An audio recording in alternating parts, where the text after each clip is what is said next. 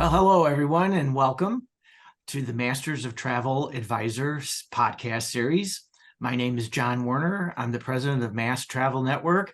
I represent an organization with over 210 travel agencies and over 1,000 professional travel advisors that plan perfect vacations all over the world, lots of adventure spots as well.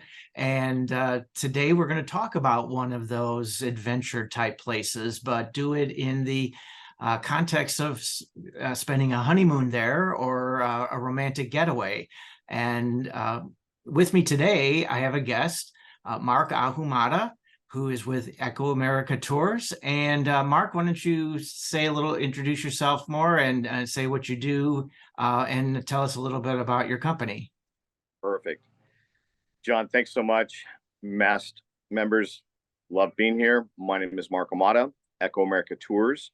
I'm director for the Western United States and defender of the faith, jack of all trades.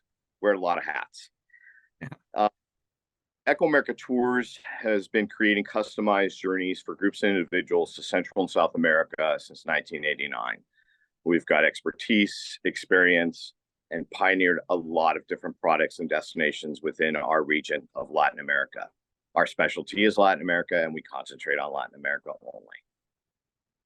Well, that's great. Yes, and it is a specialty of your company, and you help a lot of travel advisors plan great vacations for their clients. And so since we're going to talk specifically about honeymoons and other romantic getaway packages, why a honeymoon in Costa Rica?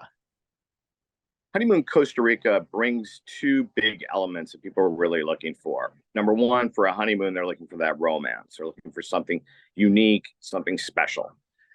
Now bring in a rainforest or a cloud forest or a beautiful tropical beach. So now you're getting the combination of two great factors, that romance and then the nature, Mother Nature, Gaia itself, and its energy bringing to that romantic interlude.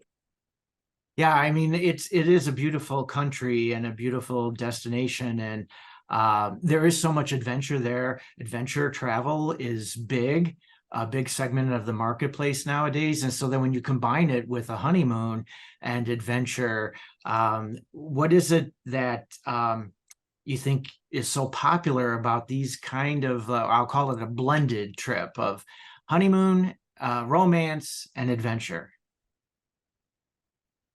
I think for a lot of people, we're looking for a way back into that nature. One of the best ways is the adventure trips that you're going to find in Costa Rica, because Costa Rica has really developed itself as a fantastic adventure destination with a number of key areas offering a lot of land adventures like Arenal, things like the Caño Negro Wildlife Boat Tour, river rafting down one of the tropical rivers, ATVing through a jungle creek, water going everywhere. Now that's adrenaline building, and that works really well with that romance part. Places like the beach areas, Playa Tamarindo, Playa Manuel Antonio, Puerto Viejo on the Caribbean coast, they're going to bring in those marine aspects. So things like snorkeling or sea kayaking, deep sea fishing, scuba diving, lots of different aspects like that. So those adventures are so diverse and very unique that you're going to have people that want to go ahead and, again, experience the unique accommodations that you're going to find there, the unique ecosystems you're going to find there, and these unique experiences. Yeah, I think that's a real part of it. Like that, people travel to have shared experiences with family and loved ones, and so when you're both enjoying something that you really love to do, I think that is so an amazing experience to have while on vacation. So, Costa Rica is a relatively small country, but yet it's so diverse, and there's a wide range of some wonderful national parks all over the country. And how do people get around? I mean,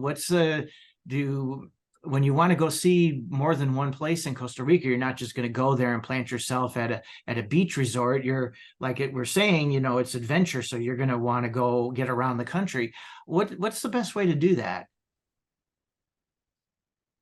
Predominantly, our travelers are going to go ahead and be provided private transfers. And these are an excellent blend of that private transportation and a guide service. And we have found that for us and for our clients, we're bringing them the best experience by having that transportation time include these encounters with nature along the way.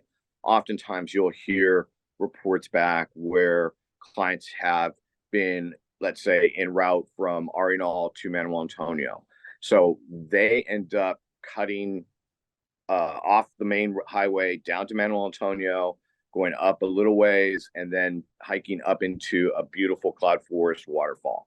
Mhm. Those are the kind of come along the way. The driver slash guide is driving them from point A to point B, and there's a troop of howler monkeys there. He's going to stop. They're going to check those. So we're adding, again, unique experiences, stacking those unique experiences really with a romance or a honeymoon getaway. We're talking passion. And now we're talking passion and adrenaline and excitement with these unique experiences. Yeah, it's a perfect combination, and even though the infrastructure in Costa Rica is pretty good, but you're traveling through remote areas and rural areas, and to have a guide and a driver, somebody that can take you around. I mean, the roads are narrow and winding, and they twist, and at night there's no lights. It's pitch dark, so you do need somebody to guide you and get you from place to place. Plus the fact that the bonus then is what they know when they see something in nature. Like you mentioned the howler monkeys, that's just a great addition to what they do for you. So the a lot of the most popular packages that I've seen your company design include Arenal Volcano. Why do you recommend this park? The Arenal area as a whole, you've got the Arenal volcano, perfectly conical volcano, smoke emanating from the top, lava coming down at certain times during eruption periods. It's again a unique experience and a unique location. You've got the majestic Arenal volcano. You have a number of hot springs that are associated with it. You've got a number of different rainforest and cloud forest areas nearby. And because of this is what people started visiting, was the volcano. And we kept adding in different adventures along the way. So it became this mecca for adventures. And it allows people to come into the country and really do those, be it adrenaline-filled adventures like a zip line or whitewater rafting, to something that's much, much more serene, like a wildlife rescue center visit, close encounters with those animals that are there being rescued and returned back into the wild, something like a coffee or chocolate experience. So you've got a wide variety of different experiences and adventures, excursions to be done from that area. And because of that, it's a great location to spend 3 nights, 4 nights, giving yourself a number of days to go ahead and enjoy half-day experiences or full-day experiences.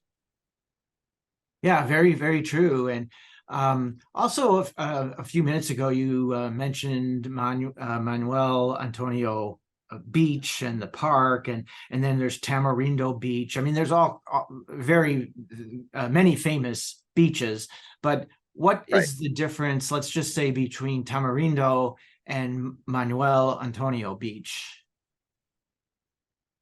I could get really technical and start talking about the ecosystem that they each lie within, because they are different. That's probably a good place to start, because it gives them slightly different feels. Along the Pacific coast, essentially half of the Pacific coast and northern half is a dry tropical forest. It's green and lush during the green season, and then during the dry season, the trees leaves turn brown. They'll drop their leaves. The grasses will turn brown. It becomes a dry ecosystem. It's not that verdant, lush expectation of a jungle you'd find during that dry season, but there's no rain. The weather's fantastic. So that's why a number of the beach destinations have ended up there. Playa Tamarindo started off as a surf town, bringing in a lot of young people and a lot of active people. And as it kept growing, more activities and more young people kept coming until it became an actual developed town. So you can stay right in town, have access to a ton of different restaurants, great beach right in front, a ton of terrestrial activities, a ton of marine activities to do from there. So you've got that area, and that's one of numerous beaches and beach towns in the northern Pacific coast. As you move south along the Pacific coast, you'll transition into a humid tropical forest, which is that green and lush forest that we all envision in our minds, that jungle. And that's where Manuel Antonio sits. So it's green and lush year round. It doesn't have that seasonal change because it's not a dry forest. The dry season doesn't affect it the same way. So it's green and lush. Manuel Antonio is different in that the town of Quepos, which is adjacent to the national park, protected area, they're differentiated, and there's essentially a giant hillside that comes into the ocean from separating the town of Quepos and park of Manuel Antonio. This is where most of these hotels will be located. So they're all built up within the jungle. So many different people have come back from trips to Manuel Antonio where they open up the curtains of their room and out their window in the tree is a sloth. Or my personal experience of just having a troop of spider monkeys, which are about 6 to 8 inches tall, cinnamon colored little monkeys, and they found my balcony as a freeway off ramp from one tree to another tree, and they would use it. It was super cute the first morning when 100 squirrel monkeys went across my balcony. By the third morning at 5 a.m., when 150 squirrel monkeys went across the balcony, it sounded like a parade. So those are the kinds of encounters you find when you've got these hotels set within this jungle atmosphere. Yeah, it sounds amazing. What an experience to see that. Again, there's so many cases of animals being in and around the hotel areas. The Park of Manuel Antonio is such a great protection zone that the animal population has exploded and really moved out from this arc of safety out to within the local area. So those hotels do have a ton of sloths, different spider monkeys, squirrel monkeys. You're going to find iguanas as you're walking to the restaurant across the path. You'll big 3-foot iguana, prehistoric iguana is there, and you'll scamper away. But these are the kinds of encounters you're going to get in Manuel Antonio. Yeah, really cool. So yeah, we're looking at some of the pictures of the lodging, amazing hotels and lodges. Walk us through a couple of these properties. This one that we're looking at now, what is the name of this property and where is it located? By the sea in Manuel Antonio. So it's a very small boutique property. One of the things with Manuel Antonio is that very few of the hotels are on the beach itself. Most of them are higher up, set up into the jungle with amazing views of the Pacific, and then transportation down to the different beaches of the Manuel Antonio area. Maconda has beautiful small villas, rooms that are set aside off of the main building, as well as rooms within their main building, some with pools. I believe there's some illustrations of some of the pool rooms. And again, these boutique properties predominate most of Costa Rica except for the Pacific Northwest coast. And that's where you're going to find the large all-inclusives and the larger properties. But most everywhere else will be 100 rooms or less, more often than not, 40 rooms or less. Wow. Wow. Now this photo, which property is this and where is it located? This is going to be Peace Lodge, located within the La Paz Waterfall Gardens. It's about 50 minutes up the mountains from San Jose. from the international airport, as a matter of fact.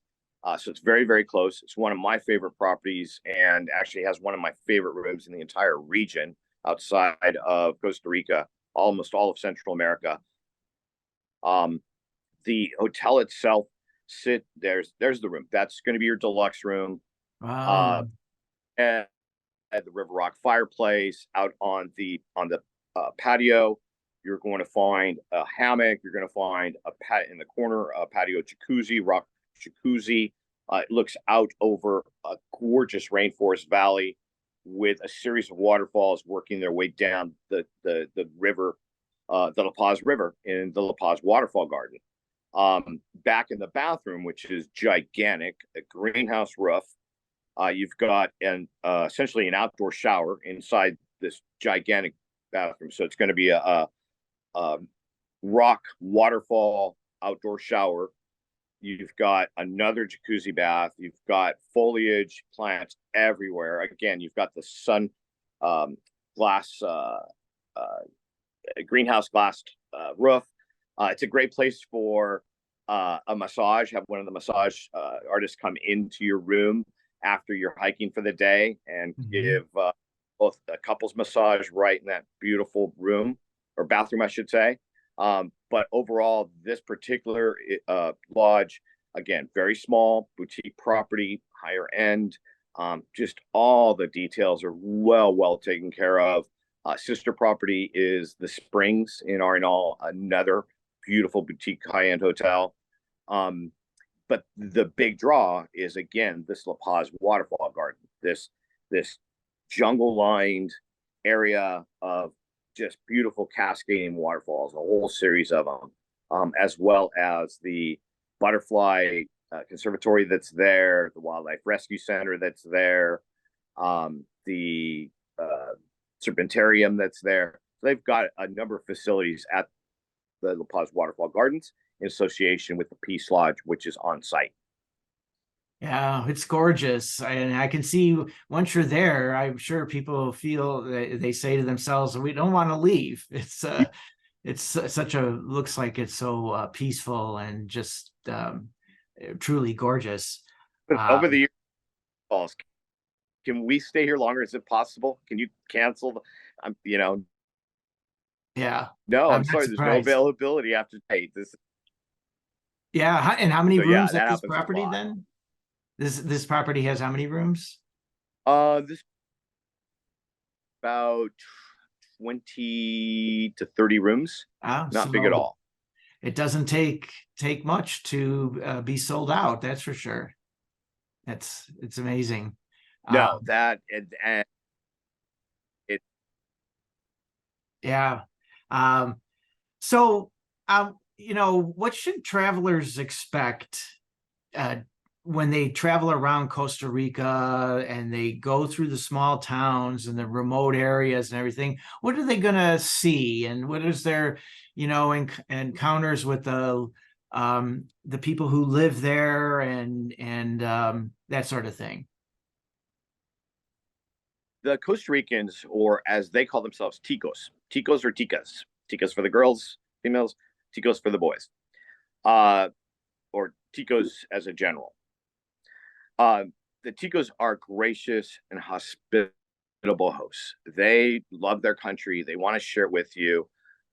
You find that outside of the capital city of San Jose and its large cities there in the Central Valley, be they Cartago or Alajuela, outside of those areas, once you start getting into the countryside, you are going to find the real Costa Rica. These are people often of the earth, a lot of farmers, campesinos, and in the Central Valley and adjoining hill and areas, that's where most of the coffee is grown.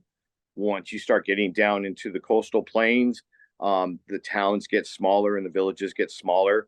Funny thing is, every town, every village has it's almost a central plaza is a soccer field, and then a church on one end, the city administration building on the other end, and definitely a bar or two on the other end.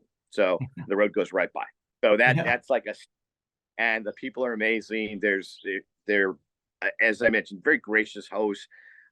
So many stories of people not exactly sure where they're going. Maybe they've rented a vehicle and they've gotten lost and they're asking for directions. And instead of just giving them directions, they'll actually say, follow me. And they'll take Mhm. them to that location. Okay, now you take this road and go that way. So Yeah.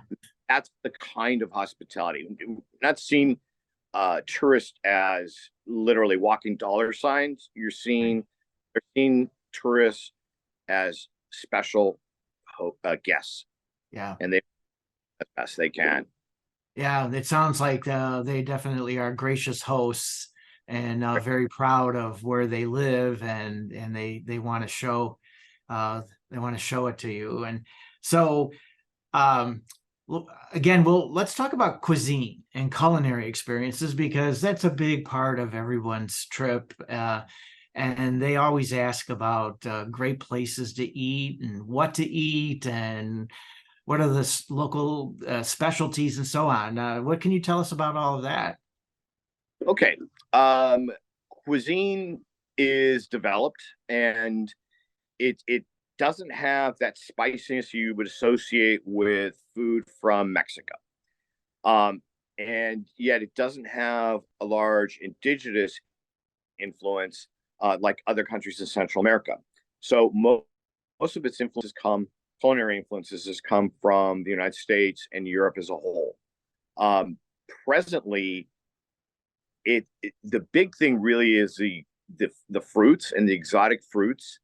Mhm. There's so many exotic fruits that many of us have never even tried, and they look like they came from Planet X in the multi-universe, but they're from Costa Rica and they've grown off the tree there. Besides the papayas and pineapples and those types of things that you're going to find everywhere, tropics, you're going to have an abundance of these.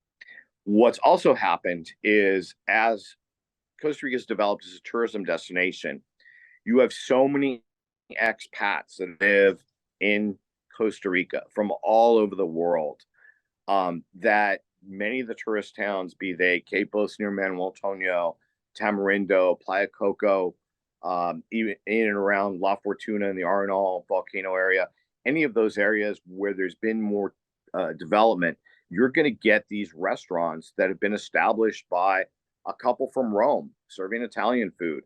Mhm. One of my favorite places in Manuel Antonio is the Sushi House, and Mhm. this is a sushi chef from Japan, came to Manuel Antonio, loved it there, surfed a ton, and said, "Hey, this is where I want to live and stay." And now he's got a super crowded sushi place, Japanese food, right on a Capos. That's the type of story and the type of experience you're going to get with the different types of cuisine. The natural cuisine is going to be very Costa Rican influence, something like casado, which is a meat, a protein, be it chicken or steak, always rice and beans. One of my favorite additions to the rice and beans is going to be a sauce called salsa lizano, almost like a little bit of a green curry type of taste. Quite unique, quite good. Um, Fried plantain, vegetables. So that's your typical casado. And that the Costa Ricans as a whole, that's the big Sunday afternoon meals. Going to Mama is going to have my casado and Mhm. enjoy that. Side of that traditional type of food, it's really going to be the influences of all those expats that have Mhm. come and nice. Yeah, so it really is quite a variety and something for everybody. Every taste, taste bud, I guess you could say. But no, that sounds wonderful.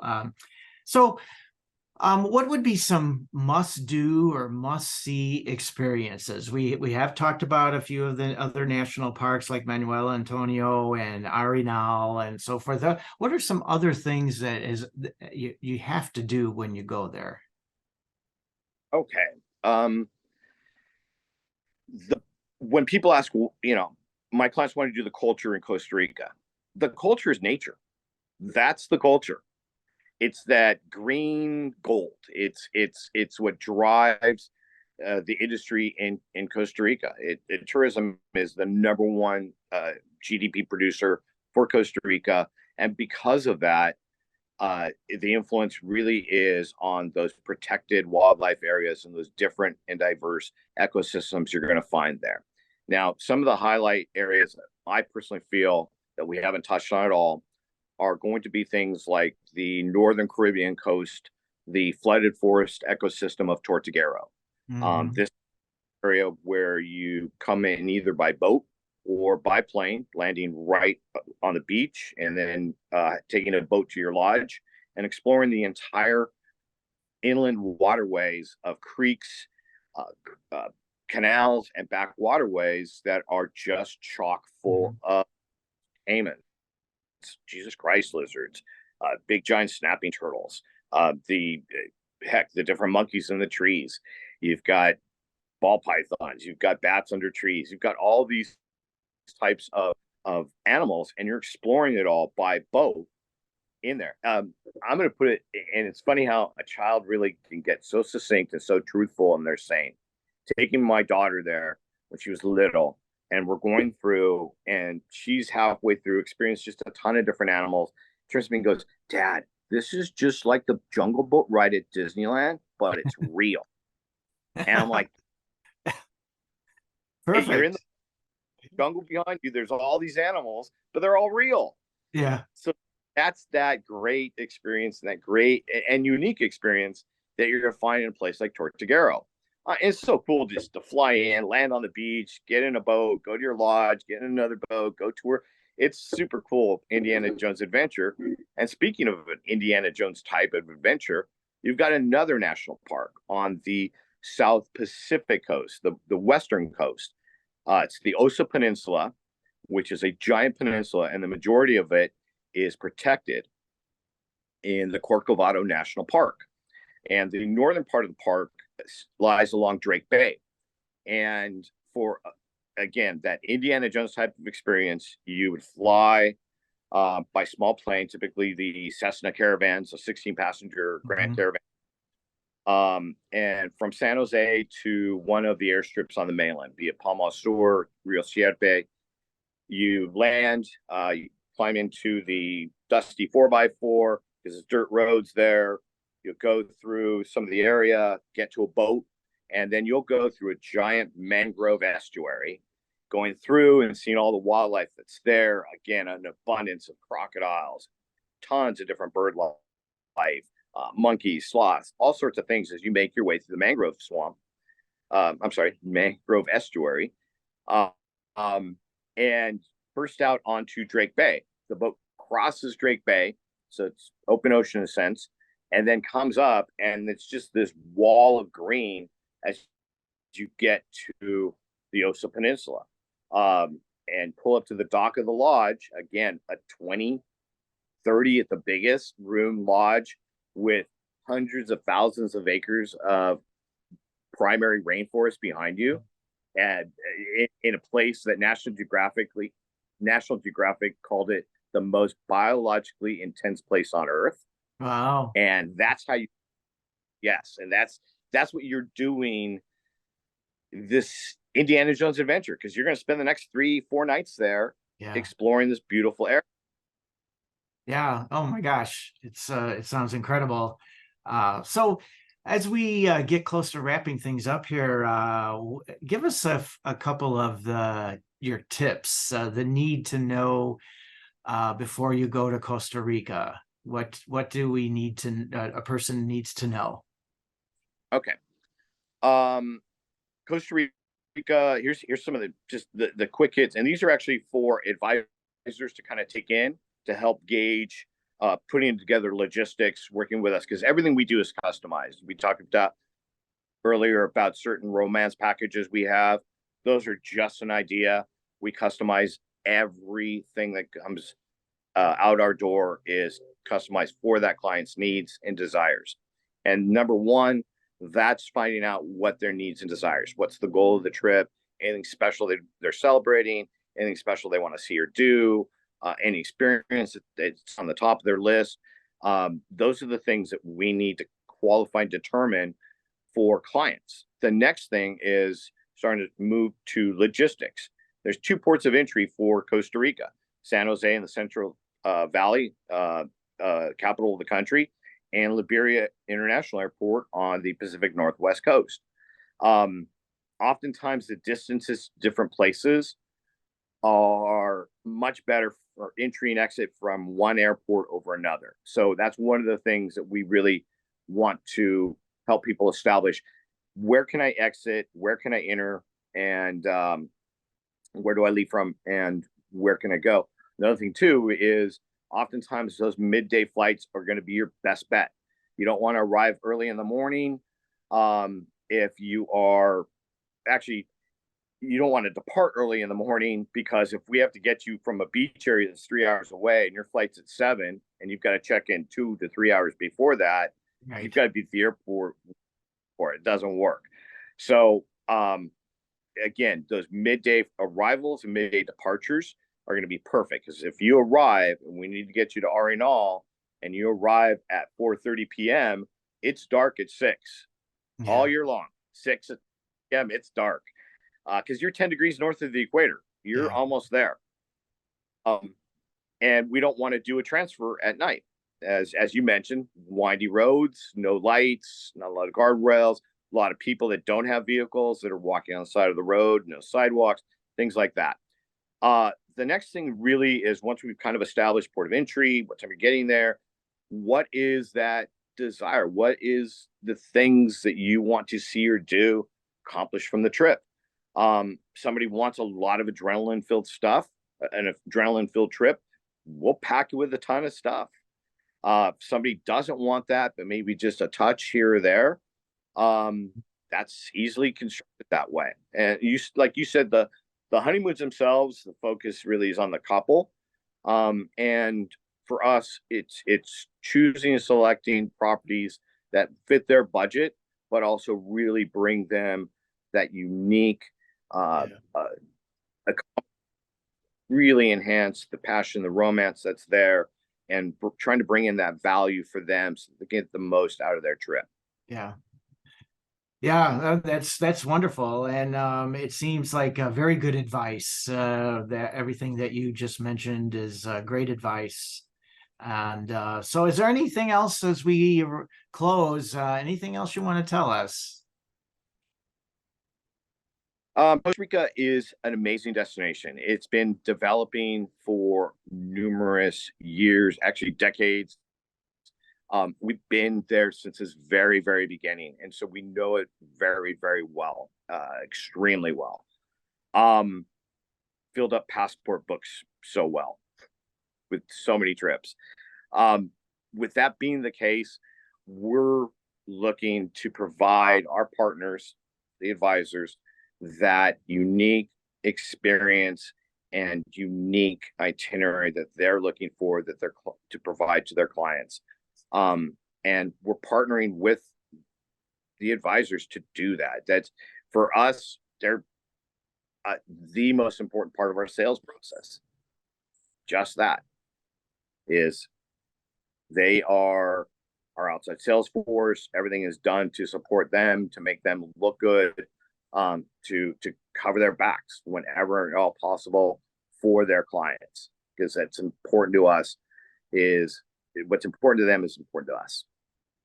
That's wonderful. Well, thank you, Marc. This has been a pleasure. I loved our conversation. I love learning more about Costa Rica, and especially how EcoAmerica tours can make great things happen there. So thank you so much for joining us today, and all the best. Thank you, John. Really appreciate it. Again, thank you for the invitation and the opportunity to speak to the MAST advisors. Take care.